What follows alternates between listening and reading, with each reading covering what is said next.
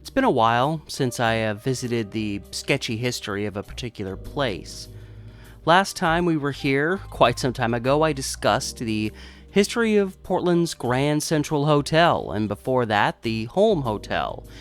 And before that, more hotels, and so for this one, we're gonna cover another hotel. Or rather, a motel. But I want to make it known right away that while previous episodes I have done in this series have covered both the darker and the lighter sides of sketchy elements of certain places, this one will be more focused on the darker side.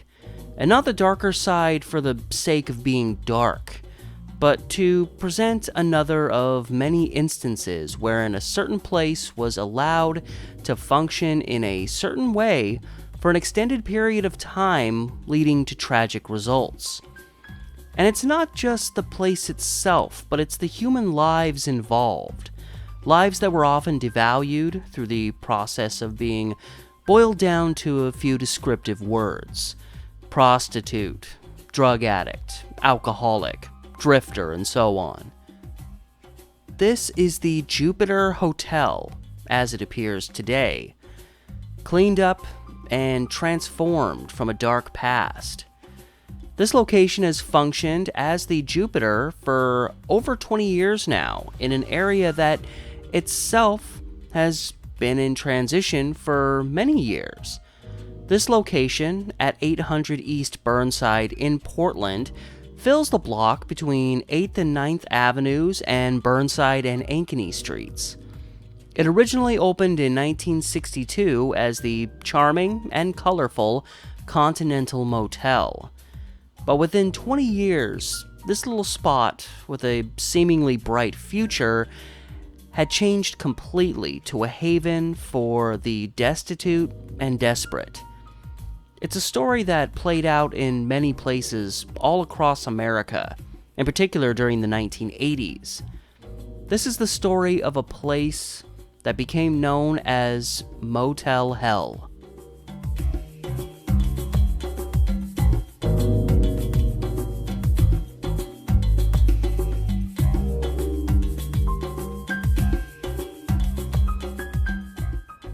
The opening of the Continental in 1962 marked another instance of eye-catching, often themed motels that started popping up all over the place in the 1950s before fizzling out the following decade.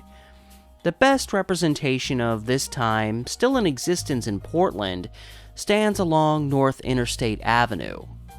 However, for a lot of these places, the majority of the charm was in their signage. The exterior of the Continental was not necessarily the most attractive looking place in the world, but it had a bright, towering sign with Continental in bright red letters. In fact, it seems in those early years, the whole exterior embraced a red light motif to go with its stone wall near the ground with rooms towering above it. The rooms were very 60s. I mean, no amount of orange is too much orange. It was just a cool spot. And for years, even prior to this place opening, the area around the Continental was a fairly hopping place, especially where the three routes of 12th Avenue, Sandy, and Burnside all came together. But by the 1960s, even this vibe was changing. There is still a restaurant space on site today, and when the Continental first opened, they had a lounge known as Sam's Hideaway, as well as a coffee shop known as Wade's Coffee House. When the annual Rose Festival took place in town, the Continental was mentioned in their listings as a good place to stay. Whenever union-related events happened in town, the Continental would be recommended as a place to stay as well, until they apparently went non-union in the 70s and became one of the places for union workers to avoid. So my idea for actually doing this video actually goes back several years. This is one of those things that I keep waiting to come back to, even the footage that I have in it periodically that I took from around the, what is now a hotel. I shot like back in the spring of 2022. And so it's been sitting here waiting. And when I started kind of going through everything and starting to put things together and realizing I'm actually going to do this video, I made a little purchase online. I don't know, I saw it, it was cheap. I got it for like $1.50 online. Original, I can tell by the fading. And it is a postcard from the Continental. Now, it's not just, you know, a postcard, any random postcard. It is a postcard that someone actually sent to somebody. And I saw it, and I was just like, I'm doing a video on this. This is like too perfect. And you can see at the bottom, there's a view of what the motel used to look like. There's one of the rooms, the interior with all the orange, and then the swimming pool. Now, in terms of what it actually says on the back, because this is, you know, this is way too cool to not include. So it looks like it's postmarked and dated October 2nd, I thought it said 1963. So this was sent out, this motel was like barely even a year old, if that. And it was sent by Anne Janice E. McQuarrie or McGarry, 126 Evergreen Boulevard, Harrisburg, Pennsylvania, 17104. It says, October 2nd, 1963, Dear Catherine and Jim, stay here 3 nights and only 3 days left with Gus, I think, and Ed. I will see one Portland person who was a little girl when I was here. I think that's what it says. 4-cent stamp. Yeah, and then there's the little description of the motel. Continental Motel, 8th and East Burnside, Portland, Oregon. Phone number 235-8421. And area code 503, which that's what it is today. One of Portland's newest downtown motels with its 24-hour coffee house. Meet your friends, and can't read this, the postmarks over it. Meet your friends in a beautiful cocktail lounge. For atmosphere and a dining treat, visit Sam's Hideaway. Specialty restaurant. Year-round swimming in our covered pool. Phones and TV. When in town, stay with us. While being a place that attracted a wide clientele early on, the motel was still situated in an imperfect location, surrounded by mostly older buildings that were continuing to become more run down going into the 80s. It was also situated in what could be called a triangle between Burnside, Sandy Boulevard, and Union Avenue, which would later become Martin Luther King Jr. Boulevard. This little nook would begin the transition to a nest of crime and vice. This is not to imply everything was perfect there during the 60s. In fact, only a couple months after opening, the coffee shop would be robbed by 2 assailants who tied up the employee working there.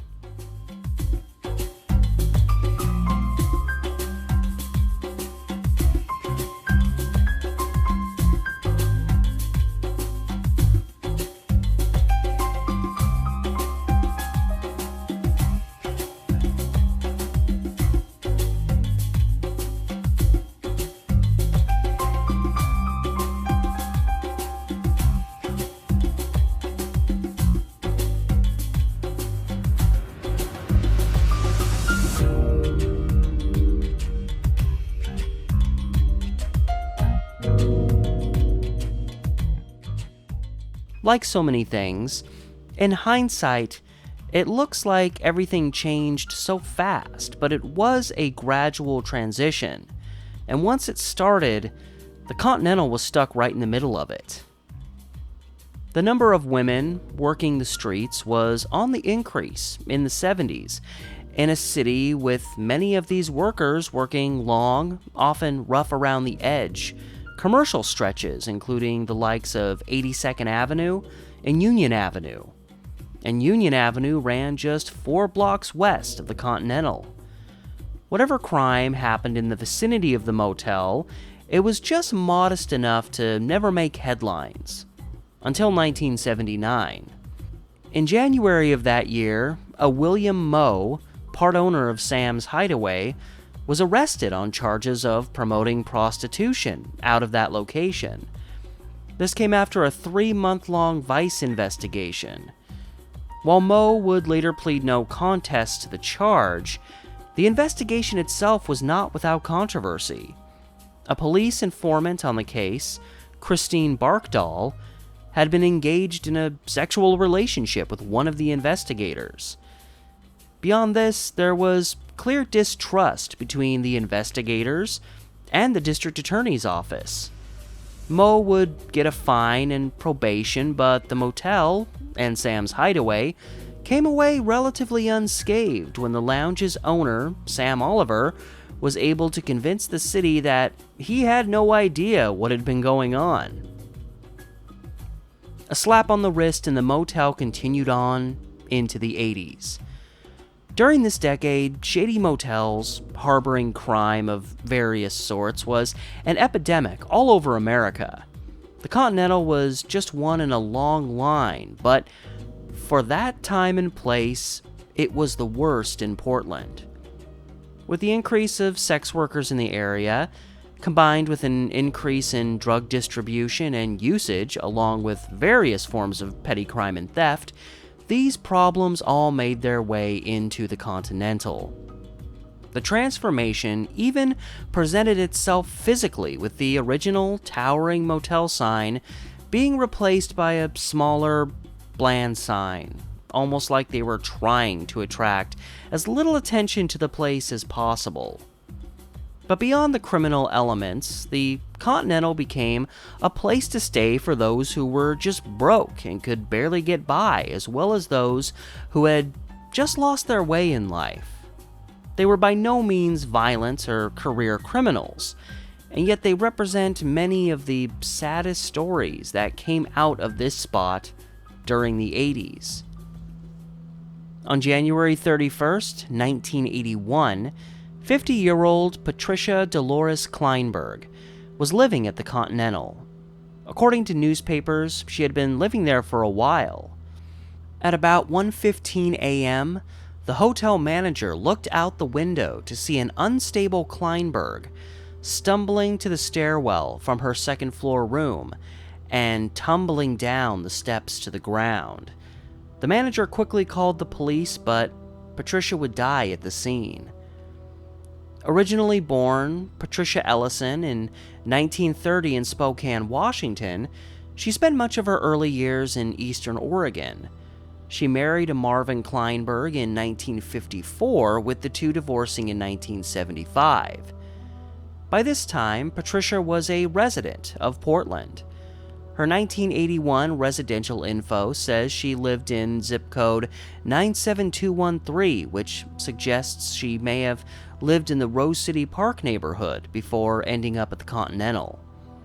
By the time of her death, she had been stabbed multiple times, and her throat had been cut in a violent attack, wherein it would later be learned she'd also been struck with the butt of a rifle.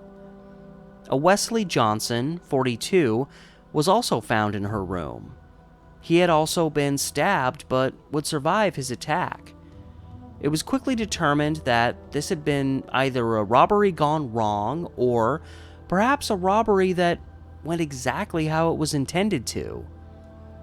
As the investigation took off, authorities believed there were 4 individuals involved, and in less than a day, they apprehended 18-year-old Janelle Brown outside of a Southeast Portland 7-Eleven. She would agree to cooperate in the investigation, wherein 2 other men involved, William Grissom, 23, and Melvin Ray Burrow, 24, would be captured in the week after the attacks. It would be nearly a month before the 4th individual would be apprehended, and he would be the youngest of the 4. 17-year-old Robert D. Roberts. Roberts had been staying in Portland, but after the assault at the Continental had abruptly moved north to Vancouver, Washington, where he was eventually apprehended. He'd recently been kept at the McLaren School for Boys in Woodburn, Oregon, after a first-degree burglary charge at the age of 13. All four would have their own days in court, with Grissom and Burrow going away on robbery and murder charges, but when Roberts went to court in 1981, the youngest of them all, he admitted responsibility for striking Patricia with the rifle, as well as stabbing her. This yielded him a sentence of life in prison. It was a strange crime, the idea of four people breaking into a room at a rundown motel where few tenants would have had anything of value. Sure, robberies were more common in this area than other parts of town, but it's one thing to break in and rob an individual residence, and another altogether to rob a motel room with lots of other people in the vicinity. In the end, this foursome came away with only $13 and some food stamps. Hardly worth taking a life over. The murder of Patricia Kleinberg was the opening act for a decade of brutality tied to this motel. It was easy to dismiss this as a tragic case of wrong place, wrong time, or to even be critical of the victim without knowing her, suggesting if she were in a place like this, she must have been either a screw-up or someone whose life was going nowhere. Knowing what happened, while looking for more information about her, I found a reference with a picture of Patricia, describing her as a grandma. And that's where the humanity hits. No matter what someone's circumstances are, when something horrible happens to them, there are loved ones out there who will be affected by this forever. I saw one other reference that Patricia was an alcoholic, which may have played a role in her living situation at the time of her death, but whether this was true or not is hardly relevant, as it did not play a role in her death aside from the fact that she was staying at the Continental. Barbara Ann Maher, on the other hand, was openly known to be an alcoholic. Her husband had left her, and she had recently lost custody of her daughter. Come May 16, 1986, the day before her 34th birthday, Barbara was having some drinks at a Burnside Street bar when 52-year-old James Michael Isom walked in. The two started talking and ultimately left the bar together. It's at this point where our story is completely reliant on Isom's point of view, which, as you'll see, was hardly reliable. He said that Maher suggested they go back to his motel room, which he had recently checked out at the Continental. Once there, they continued drinking until Isom started feeling sick from all the alcohol and excused himself to the bathroom. When he emerged, Barbara was there with another man. The two then tried to rob Isom, but as they both grabbed him, Isom pulled a knife from his pocket and struck Barbara to get her off of him. Seeing the knife, the other man fled the scene. Isom then noticed Barbara was unconscious and bleeding on the floor, and he picked her up, carried her to the bathroom, and placed her in the bathtub. It was here he realized that she was dead. This would stay his story, as it provided him a self-defense argument.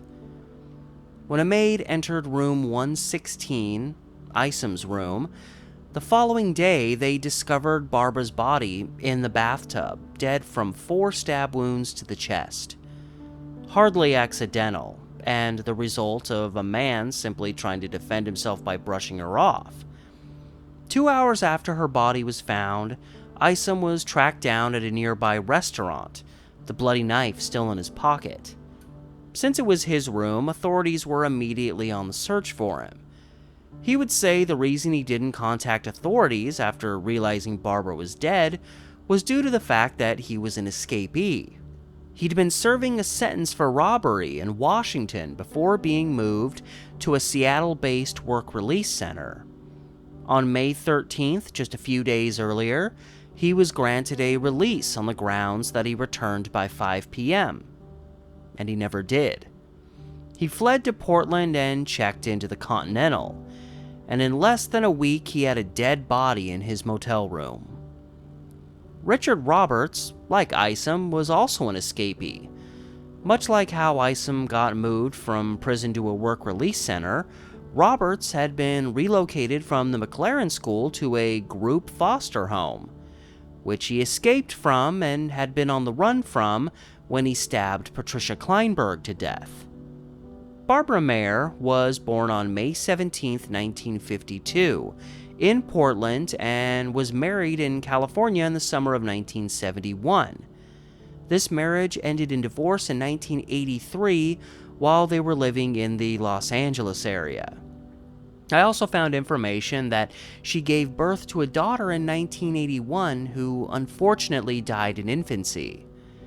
And obviously, by 1986, she had returned to Portland. And while James Isom screamed self-defense, it seems far more likely that he took advantage of a woman who may have already been inebriated by the time he met her. He had no proof to back his story, including this mystery male accomplice, and again, Barbara's wounds did not match with a self-defense argument. My guess is that Isom likely tried to force himself on Barbara. She resisted and he attacked her in a rage.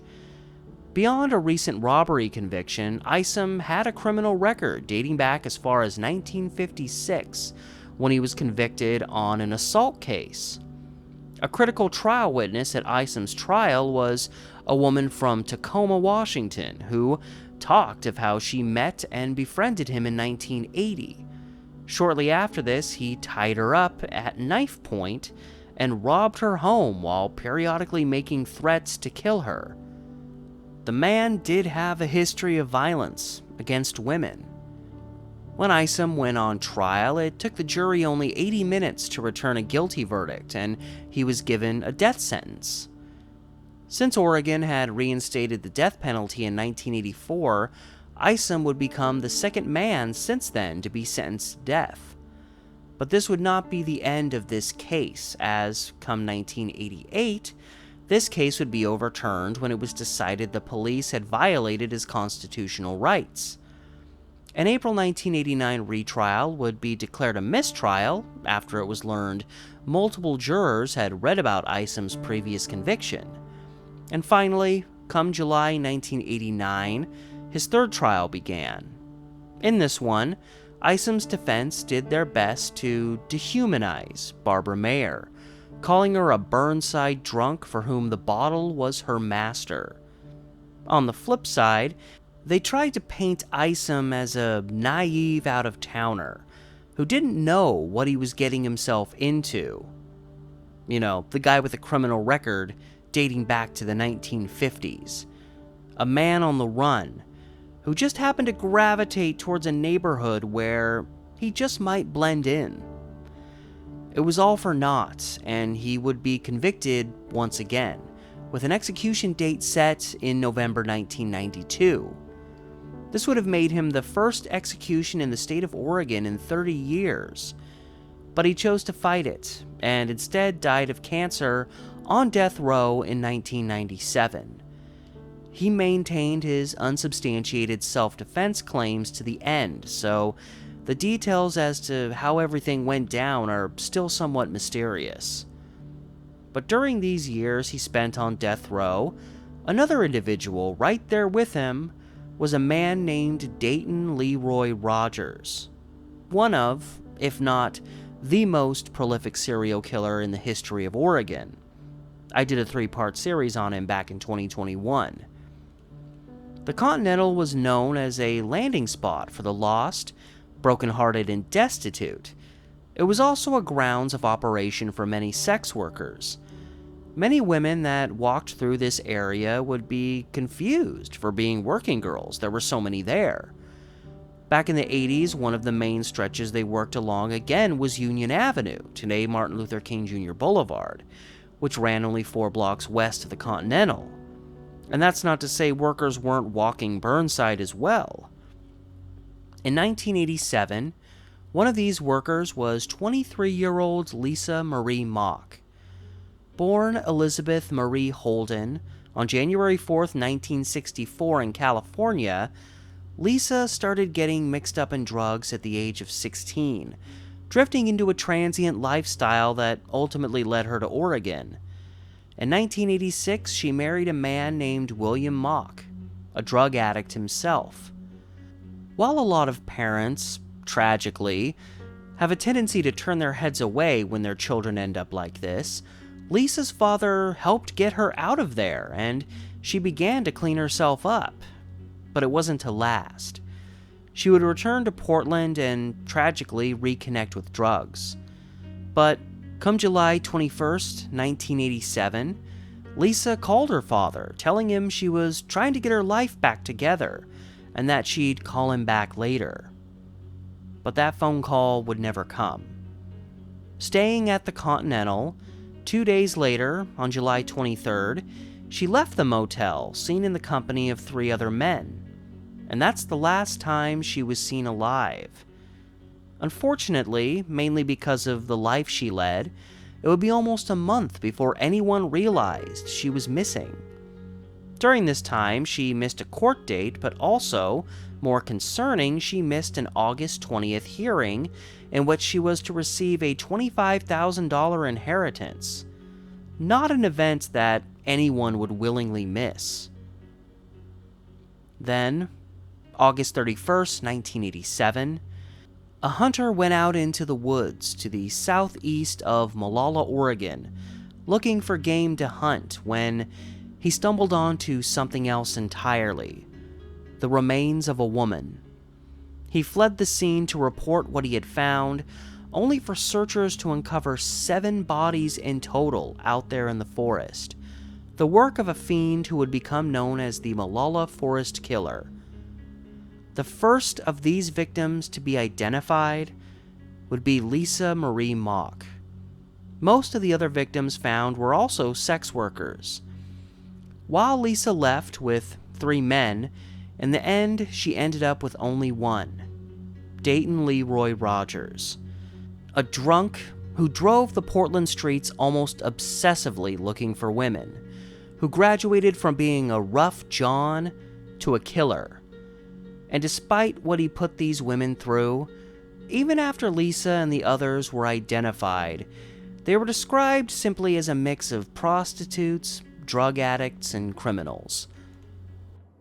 So this is, back in 1987, it was kind of a logging road that came off Molalla Forest Road, wrapped up here, and then it kind of wrapped up back this way before ending, and now this is a trailhead that connects with other trails.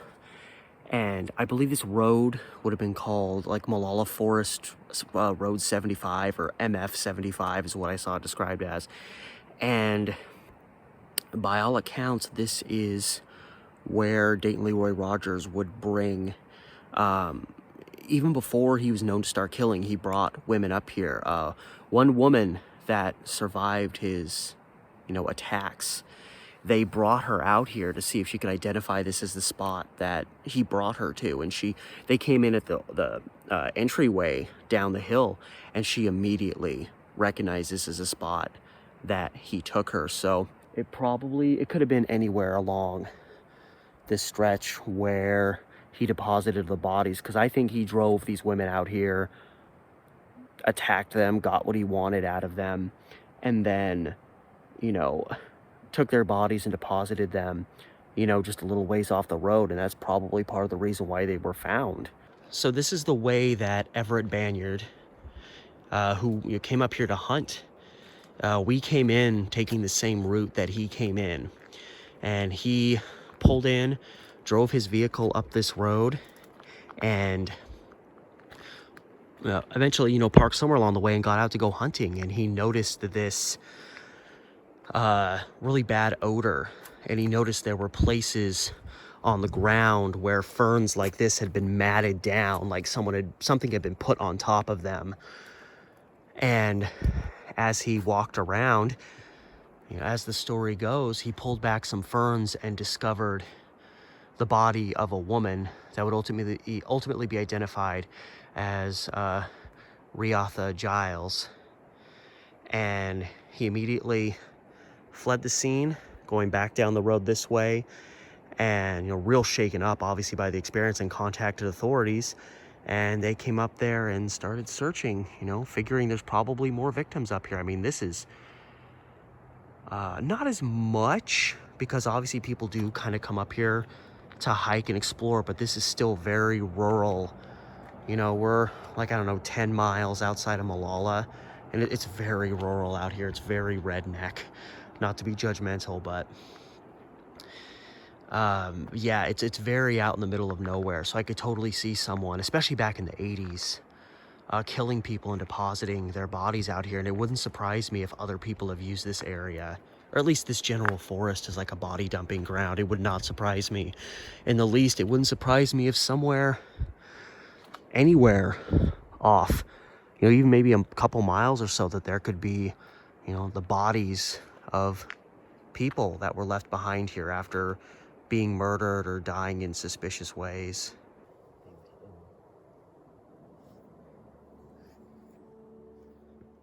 A light was beginning to shine on this one-time charmer along Burnside. Various other seedy motels around town had their problems, but had not achieved the level of violence as the Continental had. Locals were getting fed up. When the fate of Lisa Marie Mock was reported, many locals weren't surprised, considering what they had seen there. Drugs and crime were a daily problem. Maids at the motel made sure to wear gloves in case they stumbled onto a syringe in one of the rooms. But while the full focus of a city did not come for Lisa and her death, especially since she was killed somewhere else, another case from that same summer would change everything. At 4:10 p.m., the fire department was called to the Continental as room 214 had caught fire. Presumed to be an arson incident, firefighters quickly responded and put the fire out, only to then discover one of the most grisly murder cases in the history of Portland. The charred, nude body of a woman was found bound to the room's bed. A flammable liquid had been poured on her to make her burn faster. It would be discovered later that she had actually died of strangulation, suggesting the fire was done to remove the cause of death. The victim would be identified as the woman who had checked out the room the day before, 26-year-old Candice Stob. Born Candice Patricia Gall in Long Beach, California on July 15, 1960, by age 16 she was pregnant and living in Portland. Her escape from a home for unwed mothers was reported on in local newspapers. She was married twice, first to a cab driver named Walter Woods in 1981. This marriage ended just over a year later, and she would marry a Stephen Stob in 1983. She was like a lot of people who eventually ended up at the Continental Motel, struggling. Candice's brother described her as a recovered alcoholic who'd had a lot of tough breaks in life, but by 1987, she was getting her life together. These are the hardest stories, and there are so many. People who had struggled but found the strength to begin following a better path, only to then have their lives taken from them. A couple weeks after this murder, a Marco Antonio Montes was staying in Pocatello, Idaho, with a woman to whom he admitted he was involved in covering up the murder of a woman that another man, Tim Akins, was responsible for. This woman quickly reported him, and Montes was apprehended and taken back to Portland, where at first he denied any involvement in Candice's murder. He then admitted to having recently met Akins and Candice while working at a local cannery. Later newspaper articles would say they met while doing a job picking berries. To save money, they all checked into a room at the Continental.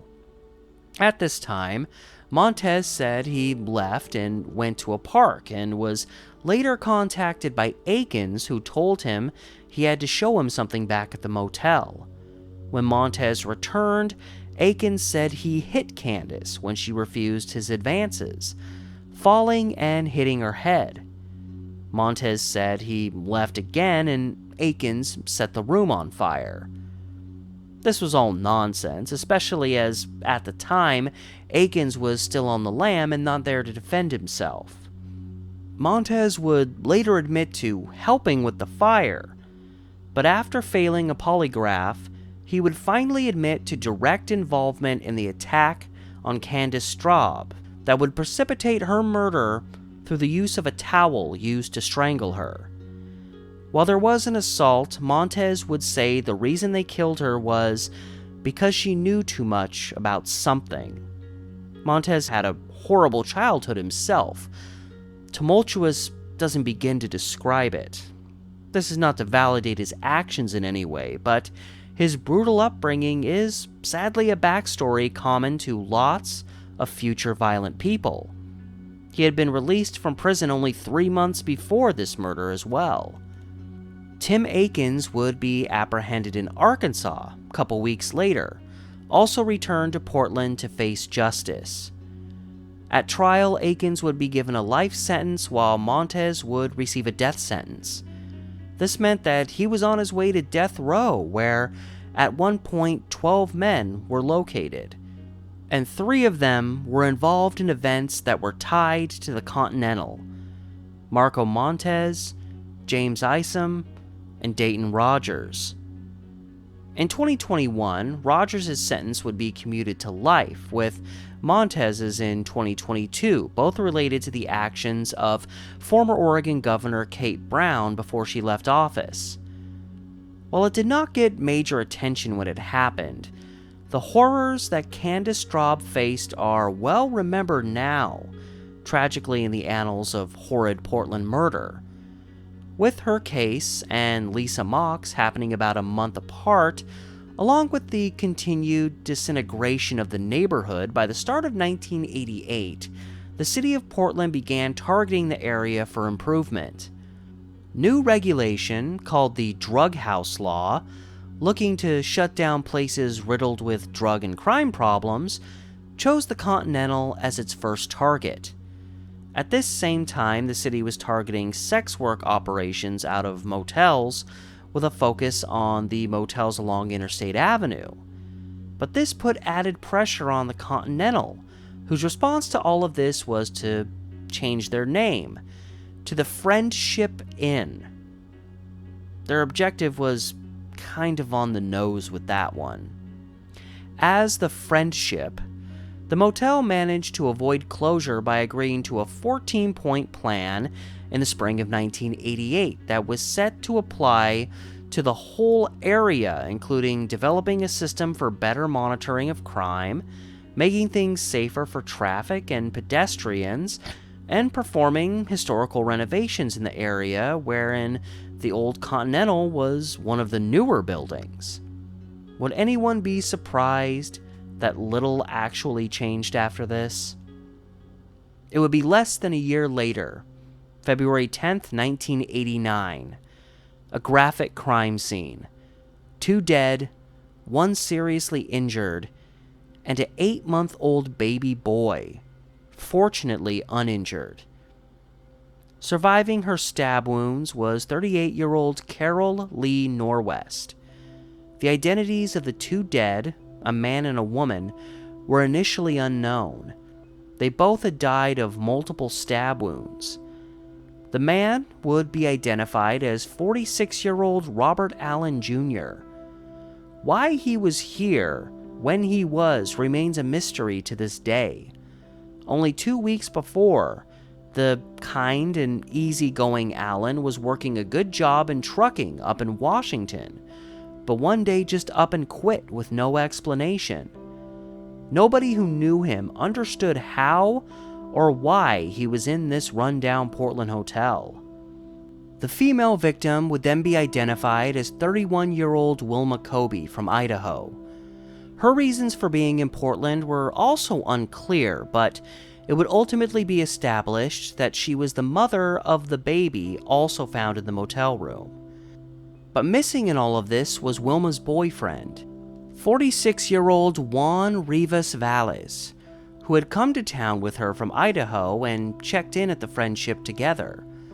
Wanted for questioning on the matter, Juan would actually be arrested on an unrelated charge 4 days later.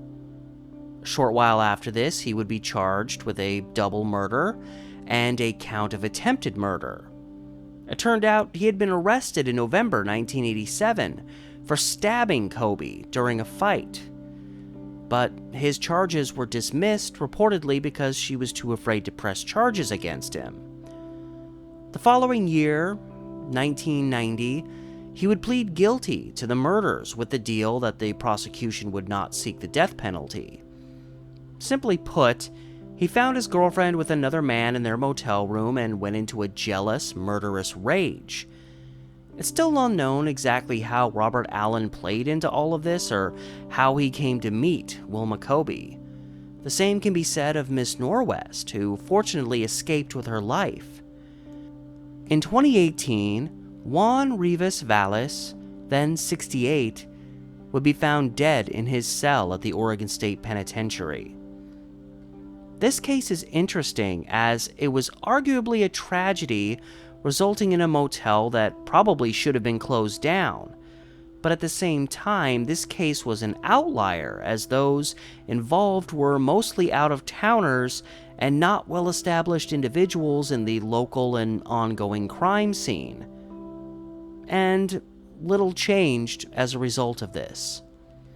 In 1991, the city of Portland did try filing suit, using a new ordinance to close down the motel for up to 1 year as the same problems that existed beforehand remained prevalent. The following year, 1992, the place was still open, only now operating under the name of the Travel Inn.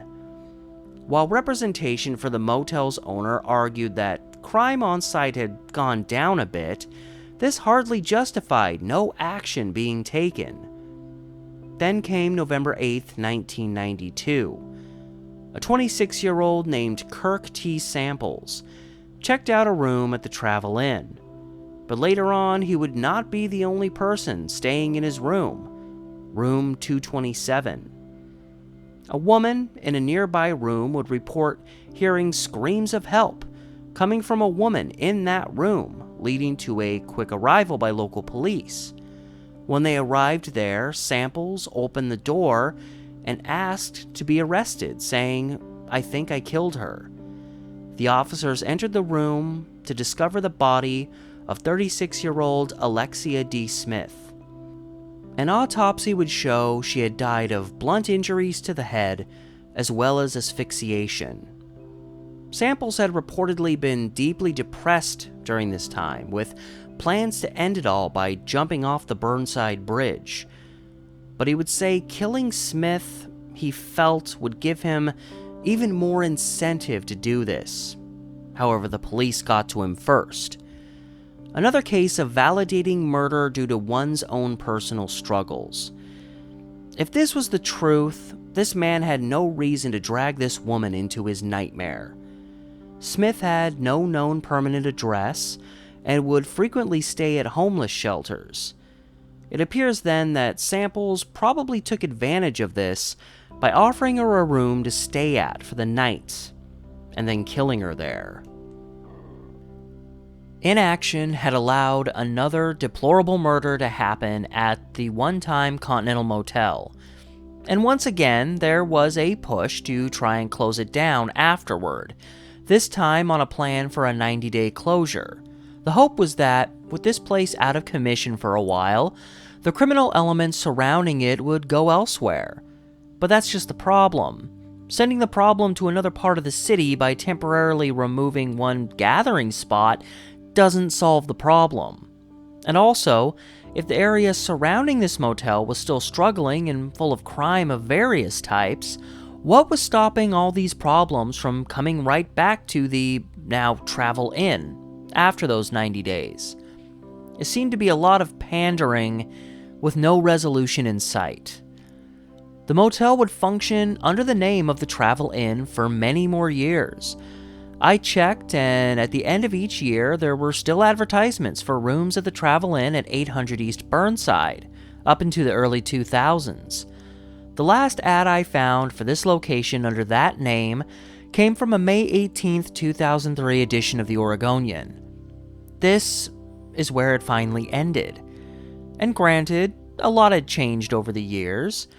Come the early 2000s, this once run-down, don't go there unless you have to, stretch of Burnside was experiencing a revival, a renaissance of sorts.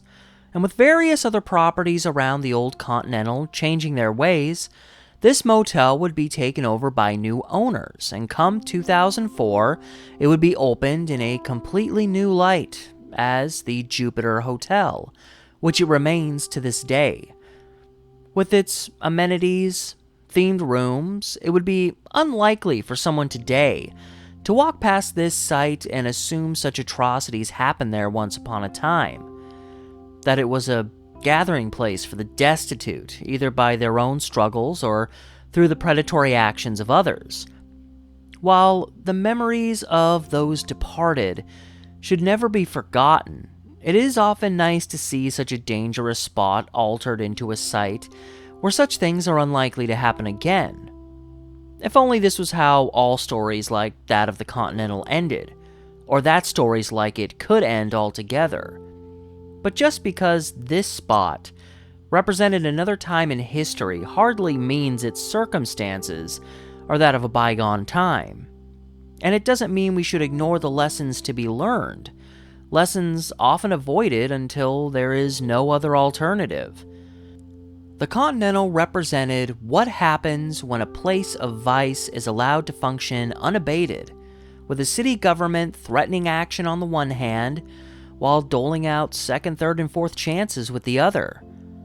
Stagnation, allowing further violence and death. And the stories discussed here are just a fraction of all the troubling things that were allowed to happen at this particular site. These stories are just the worst of them.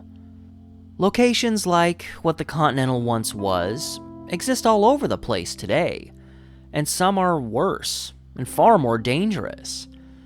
In that vein, the Continental is just one tragic drop in the bucket in the history of rundown and violent motels.